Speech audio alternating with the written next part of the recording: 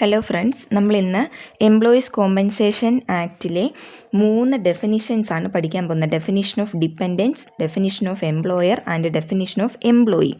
അതിലെ ഫസ്റ്റ് ആയിട്ടുള്ള definition of dependent നോക്കാം. അപ്പോൾ ഈ ആക്റ്റിൻ്റെ ഒബ്ജക്റ്റ് എന്താണെന്ന് നമ്മൾ പഠിച്ചു. എന്താണ്? എംപ്ലോയീസിന് ഇഞ്ചുറി വരികയോ അല്ലെങ്കിൽ ഡെത്ത് സംഭവിക്കുകയോ ചെയ്തു കഴിഞ്ഞാൽ ഈ ഇഞ്ചുറി സംഭവിച്ച ആൾക്കോ അല്ലെങ്കിൽ അയാളുടെ റിലേറ്റീവ്സിനോ ഡിപ്പെൻഡൻസിനോ ഒക്കെ ഇപ്പം ഈ മരണപ്പെട്ട ആളെ അവർ ഡിപ്പെൻഡ് ചെയ്തിരിക്കുകയാണ് എന്നുണ്ടെങ്കിൽ അവർക്കൊക്കെ കോമ്പൻസേഷൻ കൊടുക്കുക എന്നുള്ള ഒരു ഒബ്ജക്റ്റോട് കൂടിയാണ് ഈ എംപ്ലോയീസ് കോമ്പൻസേഷൻ ആക്ട് അല്ലെങ്കിൽ വർക്ക്മെൻസ് കോമ്പൻസേഷൻ ആക്ട് കൊണ്ടുവന്നിരിക്കുന്നത്. ഇത്രയേ ഉള്ളൂ.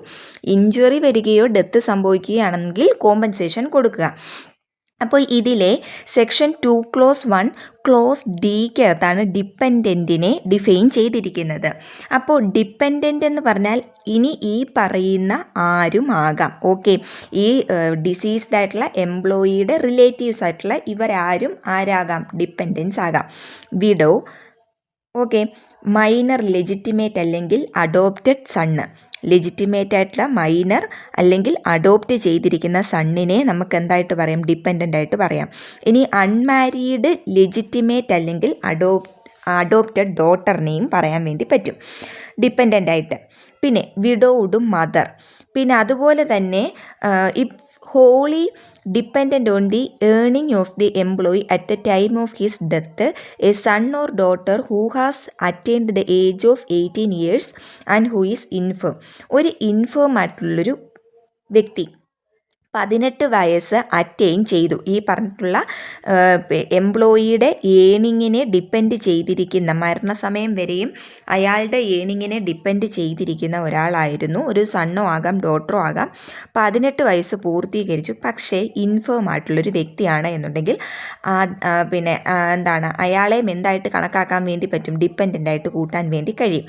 ഇനി if wholly or in part dependent on the earning of the employee at the time of his death. ഇനി ഈ പറയുന്ന ഒരു ഡിപ്പെൻഡൻ്റ് ആണ്. പിന്നെ പൂർണ്ണമായിട്ടോ അല്ലെങ്കിൽ ഭാഗികമായിട്ടോ ഈ എംപ്ലോയിയുടെ ഏണിംഗ് കപ്പാസിറ്റിയെ ഡിപ്പെൻഡ് ചെയ്തിരുന്നവരായിരിക്കും. ആരൊക്കെ? വിഡോവർ, പിന്നെ അതുപോലെ തന്നെ a parent other than a widowed mother, minor illegitimate son, and unmarried illegitimate daughter, അതുപോലെ തന്നെ മൈനർ ബ്രദർ അല്ലെങ്കിൽ unmarried sister or widowed sister if a minor, അതുപോലെ widowed daughter in law, minor of a deceased son, a minor child of a pre deceased daughter where no parents of a child is alive. ചൈൽഡിൻ്റെ parents ജീവനോടില്ല എന്നുണ്ടെങ്കിൽ ഒരു മൈനറായിട്ടുള്ള pre diseased ഡോട്ടറിനെയും എന്തായിട്ട് കണക്കാക്കാം?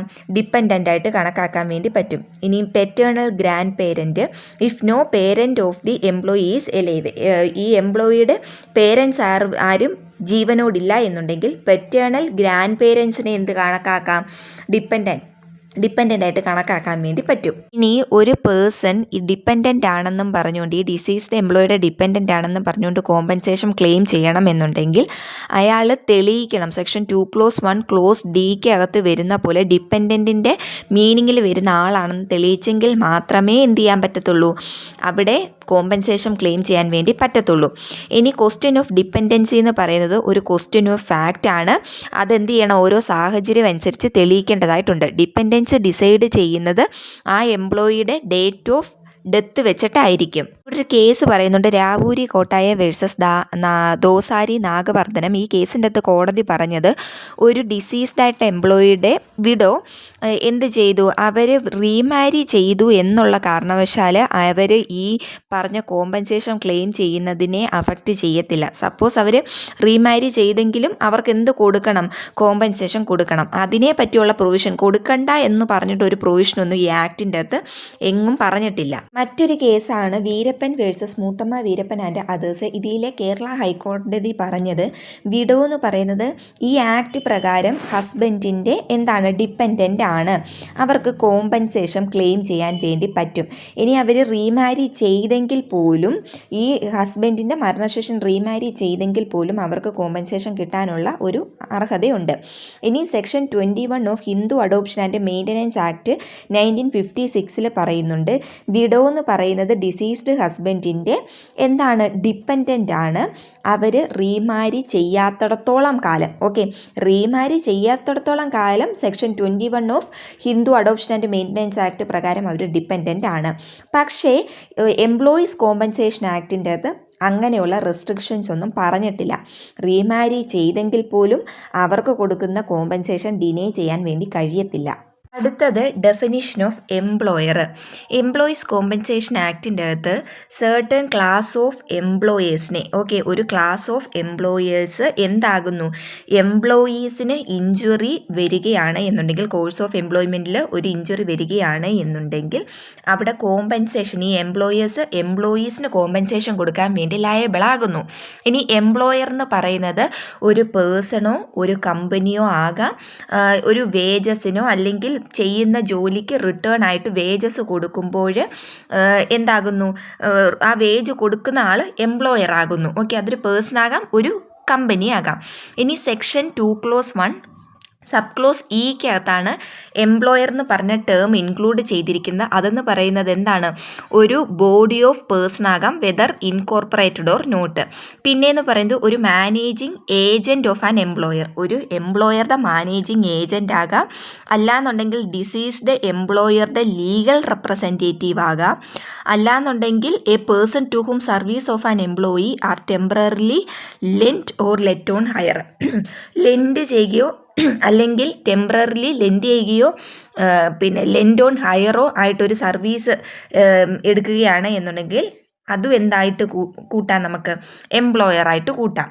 ഇവിടെ പറയുന്നുണ്ട് ഒരു എംപ്ലോയിയെ അയാളുടെ എംപ്ലോയർ മറ്റൊരു എംപ്ലോയർക്ക് എന്ത് ചെയ്യുകയാണ്, വർക്കിന് വേണ്ടി കൊടുക്കുകയാണ് എന്നുണ്ടെങ്കിൽ അതിനെ നമുക്ക് എന്ത് പറയാൻ പറ്റും, lent or let on higher എന്ന് പറയാൻ വേണ്ടി പറ്റും. അതെന്ന് പറയുന്നത് ഈ ലെൻറ്റ് ചെയ്തിരിക്കുന്ന അല്ലെ ലെറ്റ് ഓൺ ഹയർ ചെയ്തിരിക്കുന്നത് എന്തിനായിരിക്കും, കൺസിഡറേഷന് വേണ്ടിയായിരിക്കും. കൺസിഡറേഷൻ എന്ന് പറയുന്നത് ഇവിടെ എന്തായിരിക്കും, വേജസ് ആയിരിക്കും കൺസിഡറേഷൻ.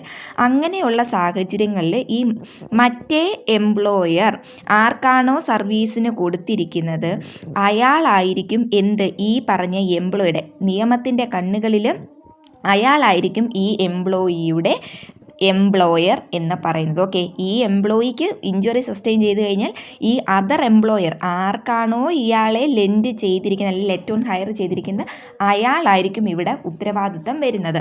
ഇവിടെ ഒരു കേസ് പറയുന്നുണ്ട്, Krishnaiyer versus superintending engineer PWD Madras എന്ന് പറഞ്ഞ കേസിൻ്റെ അകത്ത് ഒരു ലിങ്ക് റോഡിൻ്റെ വർക്കുമായിട്ട് ബന്ധപ്പെട്ട് എന്ത് ചെയ്തു, ഒരു കോൺട്രാക്റ്റ് എടുത്തു. ഒരു എഞ്ചിനീയറിംഗ് കോൺട്രാക്ടർ ഒരു കോൺട്രാക്റ്റ് ഗവൺമെൻറ്റിൻ്റെ കയ്യിൽ നിന്നും എടുത്തു. എന്തിനു വേണ്ടി, ഒരു ലിങ്ക് റോഡിൻ്റെ വർക്കുമായിട്ട് ബന്ധപ്പെട്ടിട്ട്.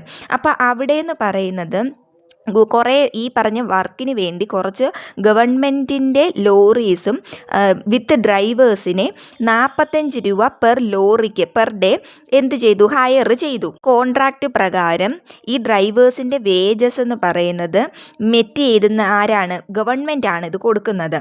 അപ്പോൾ ഇതിലെ ഒരു ആക്സിഡൻറ്റിൽ പെടുകയും അങ്ങനെ ഈ ഡ്രൈവർ മരിക്കുകയും ചെയ്തു. അപ്പോൾ ഈ ഡ്രൈവറിൻ്റെ വിഡോ എന്തോ ചെയ്തു, കോമ്പൻസേഷൻ ക്ലെയിം ചെയ്തു വർക്ക്മെൻസ് കോമ്പൻസേഷൻ ആക്ട് പ്രകാരം. ഗവൺമെൻറ് ഈ ക്ലെയിം അഡ്മിറ്റ് ചെയ്യുകയും ക്ലെയിം എമൗണ്ട് പേ ചെയ്യുകയും ചെയ്തു. അപ്പോൾ ഈ ക്ലെയിം പ്രൊസീഡിങ്സിൻ്റെ നോട്ടീസ് എന്ത് ചെയ്തില്ല, കോൺട്രാക്ടർക്ക് കൊടുത്തിട്ടുണ്ടായിരുന്നില്ല. സബ്സിക്വൻ്റ്ലി ഈ ഗവൺമെൻറ് എന്തോ ചെയ്തു, ഈ പറഞ്ഞ കോൺട്രാക്ടറുടെ കയ്യിൽ നിന്നും റീഇംബേഴ്സ്മെൻറ്റ് എന്നുള്ളൊരു നിലയിൽ കോമ്പൻസേഷൻ വാങ്ങിക്കാൻ വേണ്ടി ക്ലെയിം ചെയ്തു. കോടതി ഇവിടെ പറഞ്ഞു കോൺട്രാക്ടർ ഇവിടെ ക്ലെയിം കൊടുക്കാൻ വേണ്ടി ലയബിൾ ആണ്. ഓക്കെ, കാരണം ആ ലോറി ഡ്രൈവറിൻ്റെ മരണസമയത്ത് ഇവിടെ ആരാണ് എംപ്ലോയർ, ഈ കോൺട്രാക്ടറാണ് ഇവിടുത്തെ എംപ്ലോയർ. അടുത്തത് ഡെഫിനിഷൻ ഓഫ് എംപ്ലോയി ആണ്. സെക്ഷൻ 2(1) സബ് ക്ലോസ് ഡിക്കകത്താണ് ഈ എംപ്ലോയിയെ ഡിഫൈൻ ചെയ്തിരിക്കുന്നത്. പണ്ടായിരുന്നെങ്കിൽ വർക്ക്മെൻസ് കോമ്പൻസേഷൻ ആക്ടിൻ്റെ സെക്ഷൻ 2(1) സബ് ക്ലോസ് എന്നിൻ്റെ അകത്തായിരുന്നു എന്ത് ചെയ്തിരുന്നത്, വർക്ക്മെൻ എന്ന് പറഞ്ഞൊരു വേർഡ് ഡിഫൈൻ ചെയ്തിരുന്നത്. ഓക്കെ, അപ്പോൾ workmen's compensation amendment act 2009 section 2(1) sub clause N എന്ന് പറയുന്നത് ഒമിറ്റ് ചെയ്തിട്ടാണ് 2(1) സബ് ക്ലോസ് DD എന്ന് പറഞ്ഞ ആ ഒരു എംപ്ലോയി എന്ന് പറഞ്ഞ വേർഡ് ഇൻസേർട്ട് ചെയ്തത്. അപ്പോൾ ഇപ്പോൾ എന്താണ്, വർക്ക്മെന് പകരം എന്താണ്, എംപ്ലോയി ആണ്. ഇനി ഈ 2 clause 1 സബ് ക്ലോസ് ഡിക്കകത്ത് എംപ്ലോയീനെ ഡിഫൈൻ ചെയ്തിരിക്കുന്നത് എങ്ങനെയാണെന്ന് നോക്കാം. ഓക്കെ, ഒരു എംപ്ലോയിക്ക് എന്താണ് കോഴ്സ് ഓഫ് എംപ്ലോയ്മെൻറ്റിൻ്റെ അകത്ത് ഇഞ്ചുറി സസ്റ്റെയിൻ ചെയ്യുമ്പോഴാണ് അയാൾക്ക് കോമ്പൻസേഷൻ കിട്ടാൻ വേണ്ടി ലയബിൾ ആകുന്നത്. ഇനി ആരൊക്കെയാണ് എംപ്ലോയി എന്ന് നോക്കിക്കഴിഞ്ഞു കഴിഞ്ഞാൽ, റെയിൽവേസ് ആക്ട് 1989 സെക്ഷൻ 2 ക്ലോസ് 34 അകത്ത് ഡിഫൈൻ ചെയ്തിരിക്കുന്ന റെയിൽവേ സെർവൻറ്റ്. ആ റെയിൽവേ സെർവൻ്റ് എന്ന് പറയുന്നത് ഒരിക്കലും പെർമനൻ്റ്ലി എംപ്ലോയ് ചെയ്തിരിക്കുന്ന വ്യക്തിയല്ല. ഏതെങ്കിലും അഡ്മിനിസ്ട്രേറ്റീവ് ഡിസ്ട്രിക്റ്റോ സബ് ഡിവിഷണൽ ഓഫീസോ റെയിൽവേയുടെ സബ് ഡിവിഷണൽ ഓഫീസിലൊന്നും പെർമനൻ്റ്ലി എംപ്ലോയ് ചെയ്തിരിക്കുന്നവരല്ല ഈ 2 ക്ലോസ് 34 വരുന്നത്. അതുപോലെ തന്നെ എംപ്ലോയീസ് കോമ്പൻസേഷൻ ആക്ടിലെ ഷെഡ്യൂൾ 2 അകത്ത് സ്പെസിഫൈ ചെയ്തിരിക്കുന്നവരും എന്താകുന്നു, എംപ്ലോയി എന്ന് പറഞ്ഞ ഒരു കാറ്റഗറിയിൽ വരുന്നു. അതുപോലെ തന്നെ ഒരു മാസ്റ്റർ അല്ലെങ്കിൽ സീമാനോ അല്ലാന്നുണ്ടെങ്കിൽ ഒരു ഷിപ്പിലെ മറ്റുള്ള ക്രൂ മെമ്പേഴ്സൊക്കെ അവരെ ഇന്ത്യയുടെ ഔട്ട്സൈഡിലാണ് എന്നുണ്ടെങ്കിൽ പോലും ഷെഡ്യൂൾ 2 സ്പെസിഫൈ ചെയ്തിട്ടുണ്ട് എന്നുണ്ടെങ്കിൽ ആ ഷിപ്പ് രജിസ്റ്റർ ചെയ്തിരിക്കുന്ന ഇന്ത്യയിലുമാണ് എന്നുണ്ടെങ്കിൽ അവരെ നമുക്ക് എംപ്ലോയി എന്ന് പറയാൻ വേണ്ടി കഴിയും. അതുപോലെ തന്നെ ഒരു ക്യാപ്റ്റനോ അല്ലെങ്കിൽ ഒരു എയർക്രാഫ്റ്റിലെ ക്രൂ മെമ്പേഴ്സോ എംപ്ലോയ് ചെയ്തിരിക്കുന്നത് ഔട്ട്സൈഡ് ഇന്ത്യ ആണ് എന്നുണ്ടെങ്കിലും അവർ ഷെഡ്യൂൾ 2 അകത്ത് സ്പെസിഫൈ ചെയ്തിരിക്കുന്നവരാണ്, ആ എയർക്രാഫ്റ്റ് ഇന്ത്യയിലാണ് രജിസ്റ്റർ ചെയ്തിരിക്കുന്നത് എന്നുണ്ടെങ്കിൽ അവരെ നമുക്ക് എന്ത് പറയാൻ പറ്റും, എംപ്ലോയി എന്ന് പറയാൻ വേണ്ടി പറ്റും. അതുപോലെ തന്നെ ഒരു പേഴ്സണെ ഡ്രൈവർ, ഹെൽപ്പർ, മെക്കാനിക്ക്, ക്ലീനർ അല്ലെങ്കിൽ മറ്റേതെങ്കിലും ഒരു കപ്പാസിറ്റിയിൽ ഒരു മോട്ടോർ വെഹിക്കിളിൽ എംപ്ലോയ് ചെയ്തിരിക്കുന്ന ഔട്ട്സൈഡ് ഇന്ത്യയിലാണ് എന്നുണ്ടെങ്കിലും ഷെഡ്യൂൾ 2 അകത്ത് പരാമർശിച്ചിട്ടുണ്ട്. അതുപോലെ തന്നെ വണ്ടി രജിസ്റ്റർ ചെയ്തിരിക്കുന്നത് ഇന്ത്യയിലാണ് എന്നുണ്ടെങ്കിൽ അതും എന്തായിട്ട് വരുന്നു, എംപ്ലോയി ആയിട്ട് വരുന്നു, ഈ പറഞ്ഞ വ്യക്തികളും. അതുപോലെ തന്നെ അടുത്തൊരു കാറ്റഗറി എന്ന് പറയുന്നത് ഒരു പേഴ്സൺ എബ്രോഡാണ് വർക്ക് ചെയ്യുന്നത്, എബ്രോഡുള്ളൊരു കമ്പനിയിലാണ്. പക്ഷേ ആ ഷെഡ്യൂൾ 2 സ്പെസിഫൈ ചെയ്തിരിക്കുന്ന കപ്പാസിറ്റി ഉണ്ട്, അതുപോലെ തന്നെ ഈ കമ്പനി ഇന്ത്യയിലാണ് രജിസ്റ്റർ ചെയ്തിരിക്കുന്നത് എന്നുണ്ടെങ്കിൽ അവരും എന്താകുന്നു, എംപ്ലോയി ആകുന്നു.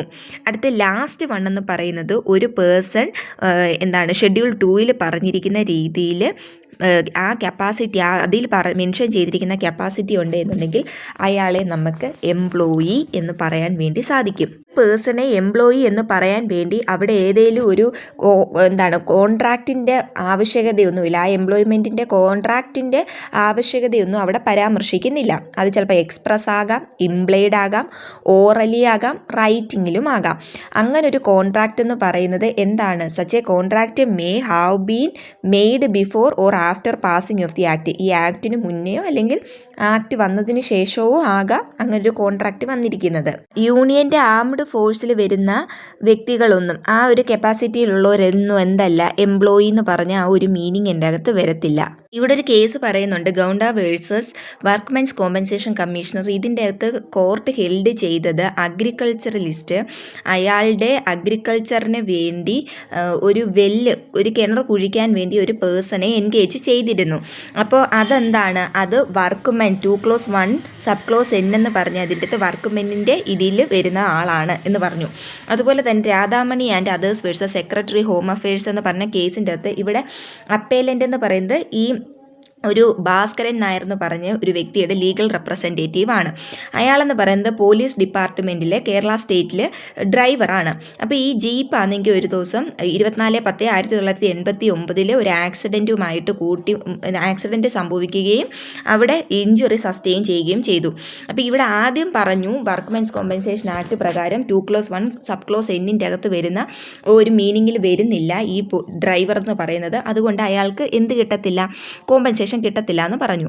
പക്ഷേ പിന്നീട് കേരള ഹൈക്കോടതിയിലെ ഡിവിഷണൽ ബെഞ്ച് ഒബ്സർവ് ചെയ്തു ഷെഡ്യൂൾ 2 അകത്ത് ഈ വർക്ക്മെൻ പറഞ്ഞ ഡെഫിനിഷനകത്ത് ഇത് ഇൻക്ലൂഡ് ചെയ്തിട്ടുണ്ട്. അതുപോലെ തന്നെ ഒരു വെഹിക്കിൾ ഒരു വാഹനത്തിൻ്റെ ഡ്രൈവർ എന്ന് പറയുന്നത് അയാൾ ഇനിയും ഏത് പൊസിഷൻ ആയിക്കോട്ടെ, ഗവൺമെൻറ്റിൻ്റെ ആയിക്കോട്ടെ അല്ലാത്തതായിക്കോട്ടെ, അതെല്ലാം ഈ ആക്ടിൻ്റെ അകത്ത് സെക്ഷൻ 2(1) സബ് ക്ലോസ് എന്നിൻ്റെ അകത്ത് റീഡ് ചെയ്യാം എന്നുള്ളൊരു നിലയിലെത്തി.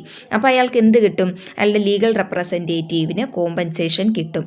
അപ്പോൾ ചാനൽ ഇഷ്ടപ്പെട്ടെങ്കിൽ സബ്സ്ക്രൈബ് ചെയ്യുക, ലൈക്ക് ചെയ്യുക, ഫ്രണ്ട്സിനൊക്കെ ഷെയർ ചെയ്ത് കൊടുക്കുക. താങ്ക്